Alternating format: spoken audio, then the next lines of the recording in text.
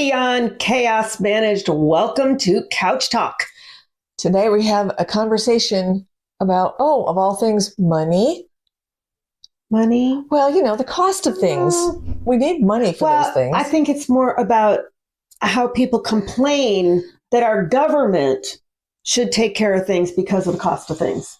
And yeah. Housing. Housing was one of them. Because I have seen a few little comments that have been made on Facebook. The president needs to do something about the cost of rent. Yes, nobody's doing anything because it's so expensive to have a house or rent a place to live. Okay, people, do you really want to live under a socialist or communist government? Really think about that before you go jumping on the bandwagon and say it's a great idea. Well, yeah, because, it is not the president's job. It is not the governor's job. No, not at all. It is all driven by the market. By the market, what the market will bear. Exactly. So if people are out there and they're willing to spend gobs of their personal income to afford a house or whatever mansion, yes, or rent some kind of beach condo, this is where things start to be problematic. Exactly. Escalating. Because one person does it and they're like, so-and-so is getting it. I can too. And this is what the market will hold. I'm knocking my prices up. And then next thing you know, you have trashy little units that are charging astronomical, and that is the lowest rent you can get. Right. And you're living in squalor. And nobody should be forced to live in that kind of a situation. I agree. But this is where code enforcement comes in, that they should be going in and making them clean up. And it's sad because I've seen so many people talk about situations where they find they've got mold in their rental and they try to communicate with their landlord and the landlord does nothing. And I understand it's an expense to you've got to have somebody come in. They have to take the mold and go and test it to make sure it's not the dreaded black mold. Because if that's the case, they're coming in and has got to rip everything out and treat and remove and replace. And meanwhile, you as the person that's renting there can't live there. No. Where are you going to go? And who's, because now you've got to pay to live somewhere else because there is no renter's insurance that covers that expense. Not that I'm aware of. No, it's not like when you own a home and you have living expenses in the event that you have a disaster in your home. And I do not believe that in a rental, any insurance that the person that owns the property, I don't know that it covers that either. I don't know. If it's a rental, I don't know. I don't know enough. I've never owned a rental, so I don't know. I don't know enough about the insurance industry. But these expenses come about, but they don't want to do anything about it. So now you've got people going, "What am I supposed to do?" Because in so many places, if you push too hard, eventually the landlord just comes around and tells you that, you've got 30 days, then you're out of here, because they don't want to deal with you and they don't want to fix the problem. And that shouldn't happen. If you're a good landlord, in my humble opinion, she uses the big two-letter word. I do believe that the right thing to do would be to let them spend the money instead of giving it to you. Let them move out and go spend the money to rent someplace while it's being repaired. And that's what it should be. That would be reasonable. Why should you, as the renter, have to continue paying rent on a unit you can't actually live in? Maybe that's something that should be looked at when you're leasing. What does your lease say about certain situations? Right. But so these, there are problems with these. You don't want to live in those situations. We do have codes out there, and we do have, I think part of the issue is there aren't necessarily enough inspectors, I guess, code enforcement, people to go out and actually check all of the rentals, because sometimes I don't even know if they know something is up for rent. Well, usually you have to have a permit to rent something out. So we're going to use the big two-letter word again. So if they have a permit, then then the county is aware. But even at that, do they have enough people that they could go out and do inspections to make sure that things are up to code? I mean, granted, you and I, owning your home, you don't have that because you need to be responsible. You're responsible for your own upkeep. But, that is another problem with renters. We owned rental property back in the day, and we had a couple that was in one side of a duplex that we owned, and they were the best tenants ever. And I mean, they were very personable. They were very kind. They were very clean. The other side, that woman was a hot mess. And we did have to evict her because she stopped paying. And the eviction process was hell on wheels. And she probably ended up staying in there 3 months rent free. And then we had to hire somebody to go in and clean it out because she trashed that place horribly. Yeah. And I'm sorry, when you rent something, have a little bit of pride in self and what you do have, and take care of stuff. It's a thought process, a mindset that I don't own it, so what do I care? Well, that's kind of what it boils down to, because just awful. I'm only here temporary. I don't own it. They're making, because all you see is how much you're paying the landlord every month. And you're just assuming I'm paying $1,200 a month. He's getting rich. He's got 5 rentals. Rent. So, he's making $7,000 in rent every month, and add that up over a few times. He has more money than he needs. So he can afford this. So why should I care to take care of it? And that is the thought process. But people don't realize that there's a mortgage on that property. In some cases, you have maintenance on that property. You still have property taxes. Mm-hmm. You still have to have insurance on it. And what about like a roof repair? When you start doing it, yes, what if the plumbing has a leak? You have to put money aside for major to be able repair. To fix major repairs. Right. And and this is why a lot of people, they take issue as a renter with being asked for first, last, and a security deposit. Yeah. Well, because that landlord, it takes time to find somebody that's going to rent and be vetted to get them in there, because there are actually some of them that they will put you through a background check. And there are times when people just came in and rented stuff with a deposit, and their first month, right, they didn't get the last month, and you'd never see the last month, and they'd pack up and they'd leave, right, and they ended up with a free month and a half in your place, right. And to go through the process to evict, costs you money, right. And by the time you get through that whole process, they've moved out anyway because they knew that they didn't pay you. Mm-hmm. So they went into the first, last, and security. Right. And a lot of times that security deposit, if the place is left clean and a re-rentable, where you don't have to go in and change a carpet or plaster up a wall or paint. You just need to go through and deep clean. It just needs a deep clean. Mm-hmm. They get their deposit back. But people that have trashed a place, like that lady didn't get her deposit back. And then it did not cover. I was going to say, you're not covering. No. You could take, for instance, we threw around the numbers like $1,200 a month for rent. Okay. So usually the security deposit matches 1 month's rent. Yes. So if you figure somebody goes in there and they trash the walls, that there's holes in the wall, or, on top of that, they break the microwave or they dent the front of the refrigerator, you're not going to have enough money to pay to replace or repair those things. Well, you wouldn't replace the refrigerator with a dent, because that would just be they're going to have to live with it thing, because it's a dent and it's still functional. And I understand that, depending on... The microwave would be. The dent in the refrigerator door, depending on how obnoxious it is. Yeah, depends on how is bad. Is really going to depend on what level of rental property you're in. Well, if you're in something that's a little more of the, frou-frou snobbish area, you're replacing that sucker, because you're not going to get somebody in there to pay your rent. No, you wouldn't. So, but those expenses, they add up quickly. Just to have somebody come in and fix a wall and then paint it. Oh, to fix and paint, you're looking at a couple $1,000 just to fix and paint. Hey, I'm telling you, when I had quotes to paint the inside of my garage, all they had to do was paint it. It was already primed. And they wanted several $1,000s to do it. Yeah. Yeah. So, I mean, when you sit there and you look at the expenses, and everybody seems to think that the president or the governor can do something about these prices. And No. that's just, it's not true. That is not how, That's not their place. that's not how it works. That has absolutely nothing to do with the government. No, it doesn't. But everybody wants to hold the government responsible. They need to blame somebody. But it's not only the blame thing. It's like, think of how many handouts the government does give.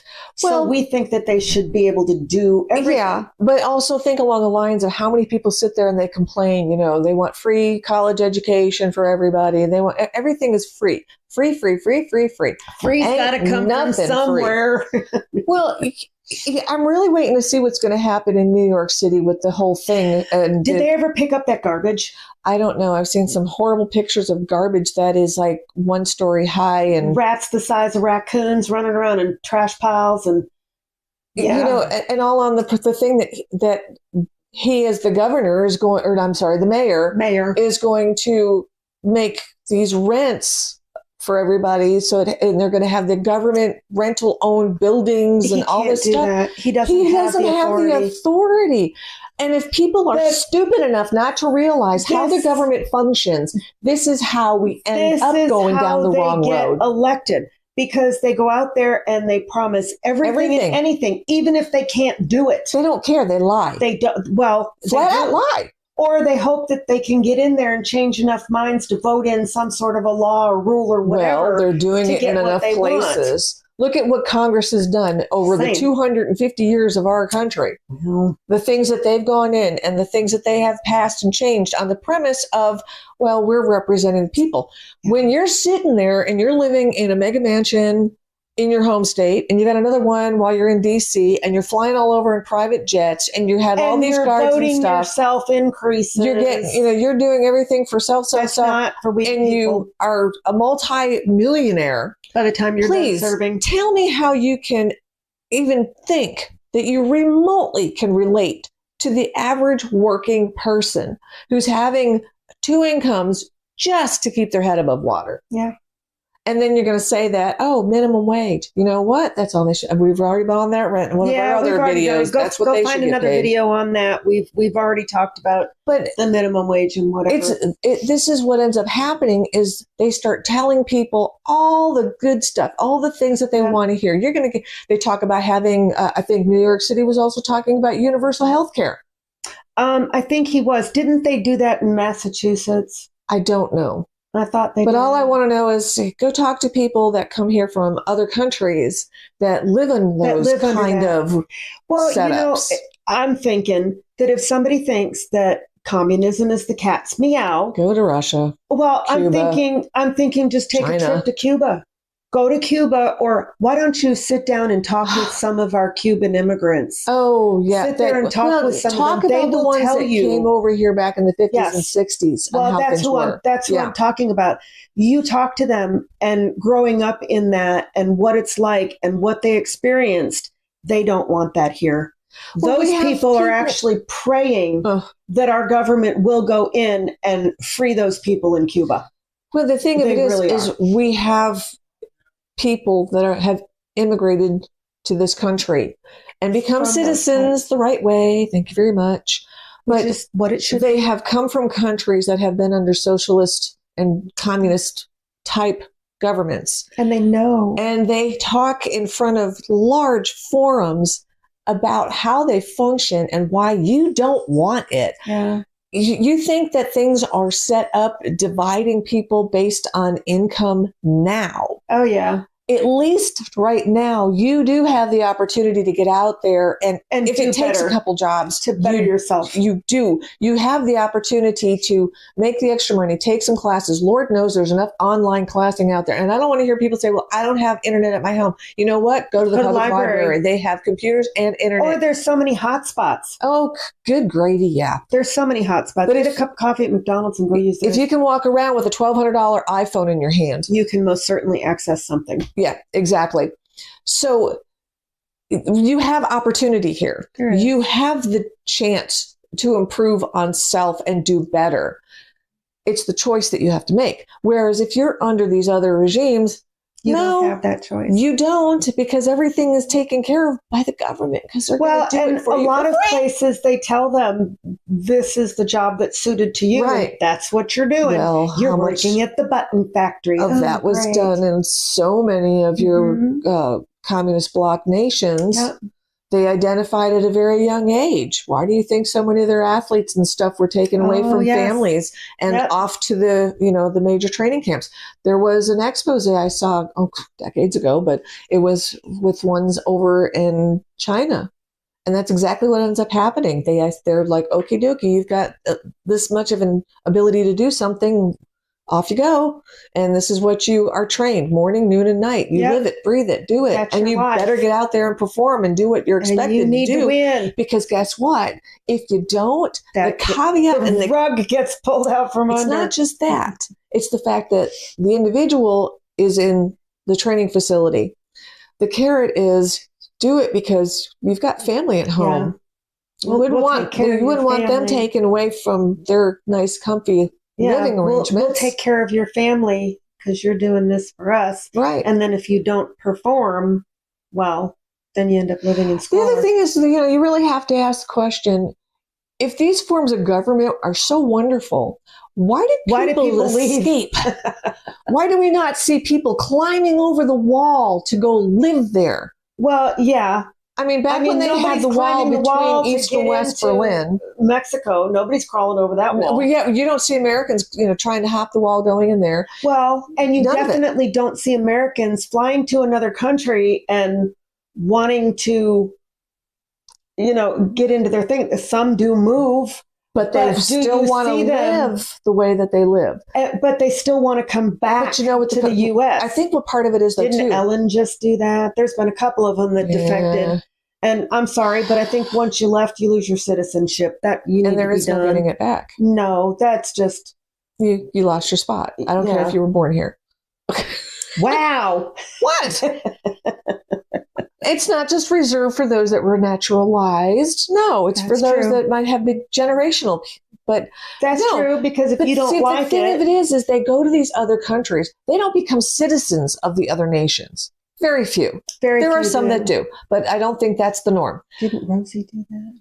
She the one that went over there? She went. But Ireland doesn't want her. No, they don't want her. So nobody talks about that. She's a woman without a country. She just gets down there and she makes her comments about President Trump, how she hates him because he's so awful. Well, have we ever had She hates him on a personal level because he's made comments about her. But it was a fair shot. If you're going to throw it out there, you better be able to receive it. But the thing is has there ever been a president that everybody's liked? No. Nobody is going to like everybody. Nobody's going to like 100% of anything everybody does. Nope. They're only in for 4 years. Nope. Suck it up, deal with it, and go vote.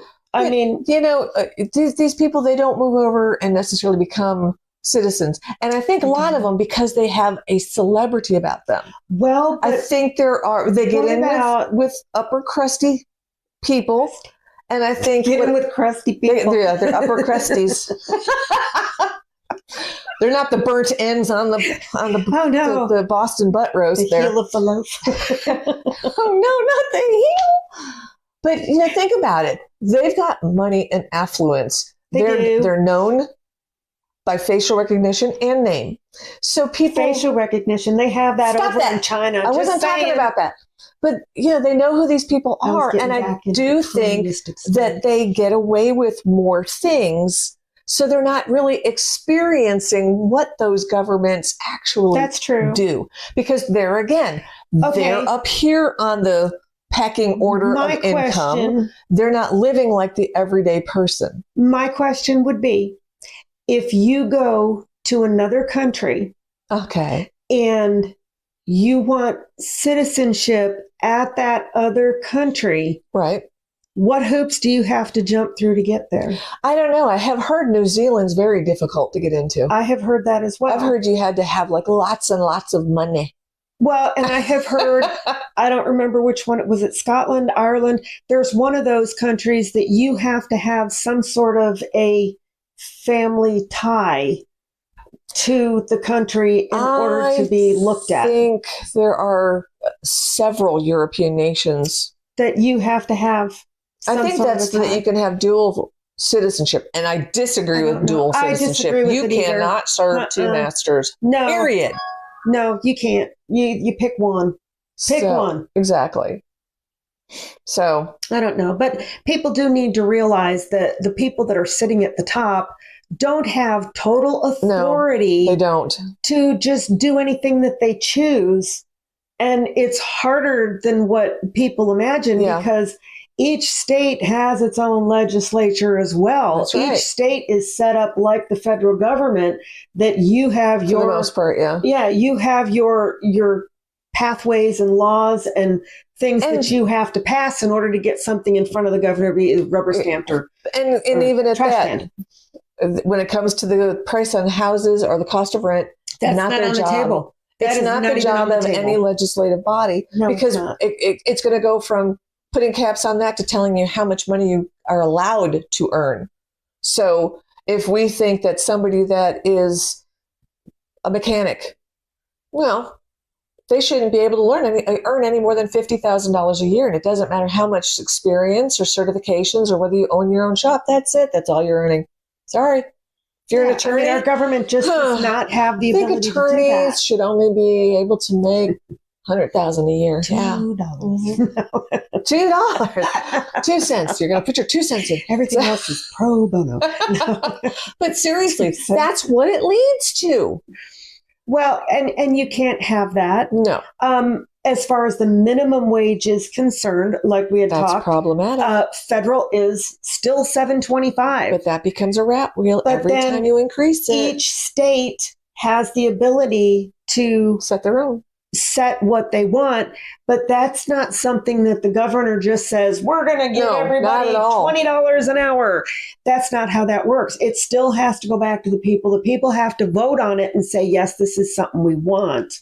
But then they also, like you said, you have to know the repercussions of that. And there's ways that they can get around so much of this stuff, and that's half the problem, that we've allowed them to create loopholes. And that shouldn't be allowed. Because there's certain things that shouldn't be allowed. I agree. So stop blaming the government for your personal economic issues like rent, mortgage, the cost of those things. There are certain things that it's not the government's hand in the cookie jar time. And I think what it is we've got to find a way to get away from sticking the hand out. Yeah. Except a hand up. Right. I get the hand up, but stop expecting the hand out. Well, because that's where you get yourself in a kerfuffle. It goes right along the lines. Teach a man to fish. Because if you just give him the fish, he's going to be there every meal looking for a fish. Exactly. So there you go, folks. Coffee's on. Chaos managed. That's Couch Talk.